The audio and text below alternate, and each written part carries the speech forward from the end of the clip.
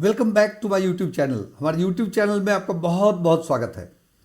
आज आपके सामने मैं एक टॉपिक लाने जा रहा हूं जो कि मुझे लगता है कि बहुत ही इम्पोर्टेंट है।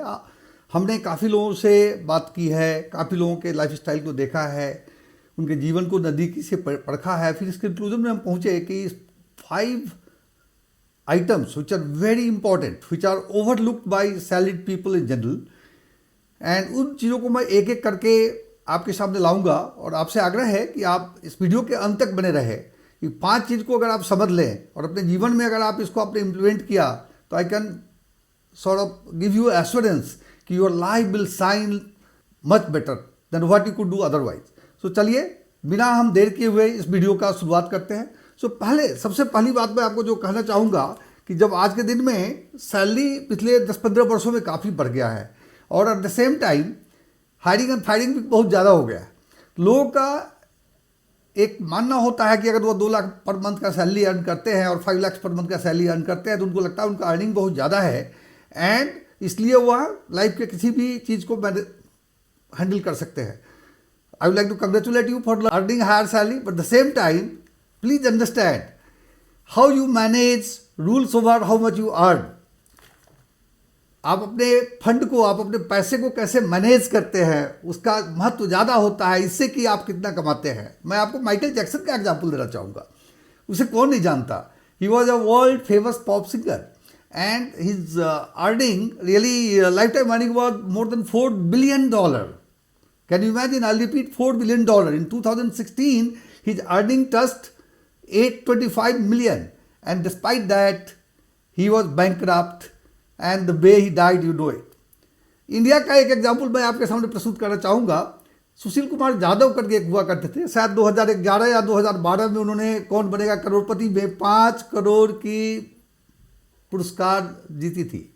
5 करोड़ में अगर 30% टैक्स आप निकाल दें तो उनका नेट इनकम दैट टाइम हुआ 3.5 crores, which was a good amount of money at that point in time. But after few years, after 2 or 3 years, he got declared as a bankrupt. So दोस्तों, ये 2 example तो अपने को यह साबित करता है कि how much you earn has less importance than how you manage, because both the cases management of money has been a bigger problem. So generally जब लोग काम करते हैं तो उनके दिल में यह आता है कि भैया हम काम कर रहे हैं, चलो हम लाविशली इसको स्पेंड करते हैं, तरह तरह के जगहों में जाते हैं, कई क्रेडिट कार्ड रखते हैं, उस पर स्पेंड करते हैं और बाद में एक ट्रैप में जाते हैं। और जैसा कि मैंने कहा कि ऑल्दो आज की सैलरी काफ़ी बढ़ गई है, बट सैलरी के साथ ही साथ अनसर्टेनिटी भी उतना ही आया है लाइफ में। पहले कम से कम लोग 60 साल तक रिटायर हुआ करते थे। आज के जीवन में कोई ज़रूरी नहीं कि आपका रिटायरमेंट 60 साल तक ही हो। ऐसी संभावना काफ़ी बढ़ गई है कि 40-42 साल की उम्र में ही आप ले ऑफ हो जाएं और उसके बाद दूसरा जॉब लेना आपके लिए बहुत मुश्किल हो सकता है।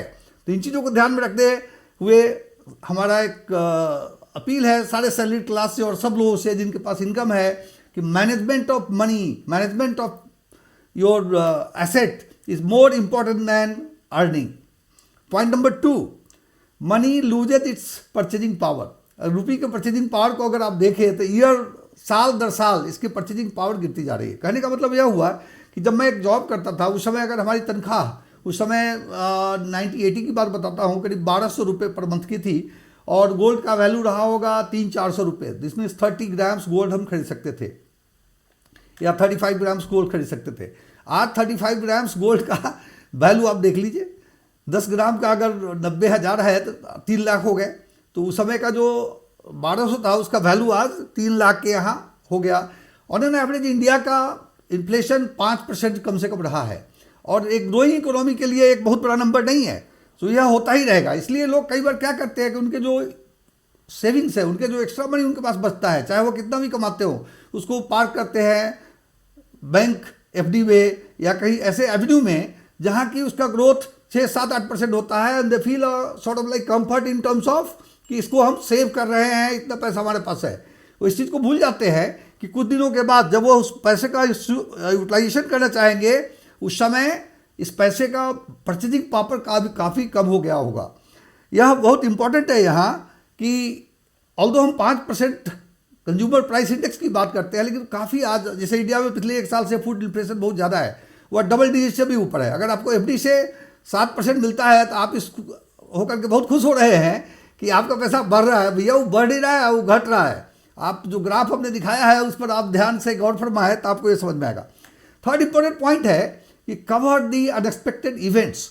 लाइक आपने देखा होगा Covid just few years back आया था, उसमें काफ़ी लोगों ने अपनी जॉब गंवाई, और अपने जॉब गंवाने के टाइम में उनके पास पैसे नहीं थे और उसमें उन्होंने डिस्ट्रेस सेल किया अपने एसेट्स को। तो क्या होता है कि अपने को उन चीज़ों को, जैसे आज के मेडिकल एक्सपेंसेस बहुत तेज़ी से बढ़ रहा है, हमने 5% इन्फ्लेशन की बात की, लेकिन मेडिकल इंश्योरेंस का जो इन्फ्लेशन है वो 14% है। हमारे एक दोस्त ने कल हर्निया का ऑपरेशन, उनके परिवार में उनके वाइफ का हर्निया का ऑपरेशन कराया, यहीं हमारे घर के पास ही बेंगलोर में एक हॉस्पिटल है, उस हॉस्पिटल में, और 3 दिन के स्टे में 4 लाख रुपए का बिल आया। तो मुझे याद है कि अभी भी आप छोटे शहरों में जाएं तो हर्निया का ऑपरेशन आज भी 50,000 से कम रुपए में हो जाएगा। तो भाई मैं आपको यह कहना चाहता हूं कि मेडिकल का एक्सपेंसेस इतना होता जा रहा है कि अगर आप सोचते हैं कि 2 या 3 लाख का आपने इंश्योरेंस ले रखा है तो आपके लिए बहुत ही कम होगा, इसलिए बहुत इंपॉर्टेंट है। दूसरी बात यह हो सकती है कि अगर आप सोल अर्नर है तो आपका लाइफ का कवर बहुत इंपॉर्टेंट हो जाता है, इसलिए आप टर्म इंश्योरेंस जरूर रखें। बिकॉज टर्म इंश्योरेंस अगर आप अर्ली एज में कराते हैं, 25 साल की उम्र में कराते हैं, और दूसरा इंसान जो 25 में नहीं कराता है 35 में कराता है, तो उसके प्रीमियम कम से कम 14% से 15% की बढ़त हो जाती है।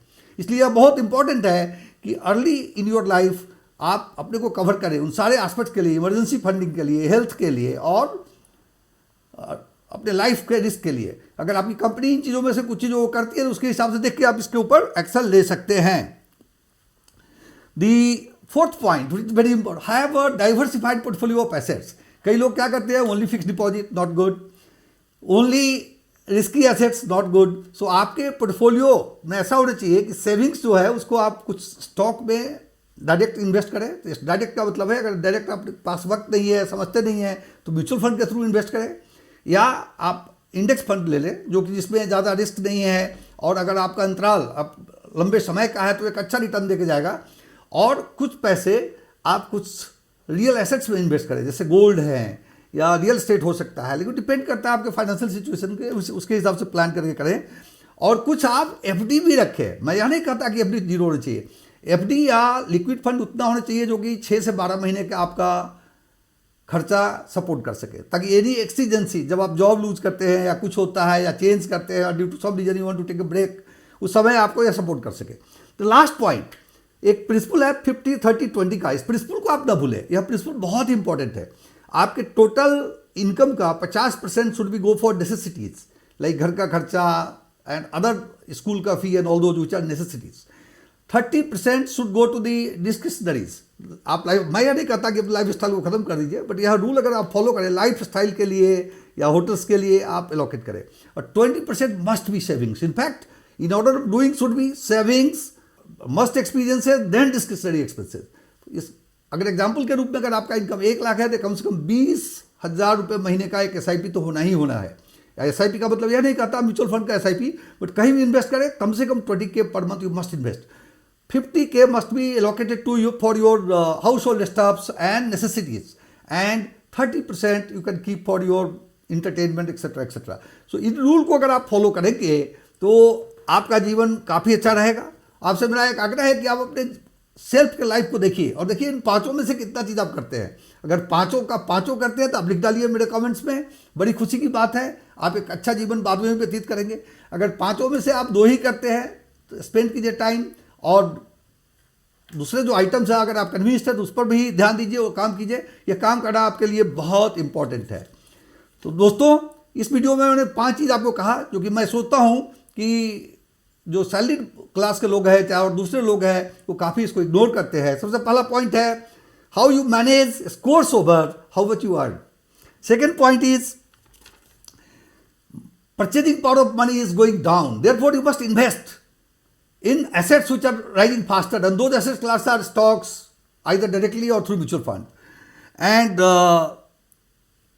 then only you can beat inflation. Third, I said cover yourself, cover for emergency expenses, cover for health, cover for insurance. In fact, cover पहले करना है फिर इन्वेस्टमेंट पे जाना है, तो वो बहुत इंपॉर्टेंट है। चौथा है have a diversified portfolio of assets. You should not have only stocks, you should not have only FD, you should have a mix based on your profile, and if you want you can reach some advisor who is good experience, has good experience in this area, and you can take his advice. And चौथा है कि follow the principle 50-30-20. With this principle it will put a sound basis of working without ignoring any part of your life. आपकी ज़िंदगी को चमकाने में काफ़ी काम देगा. तो मुझे लगता है कि आज का वीडियो आपको अच्छा लगा.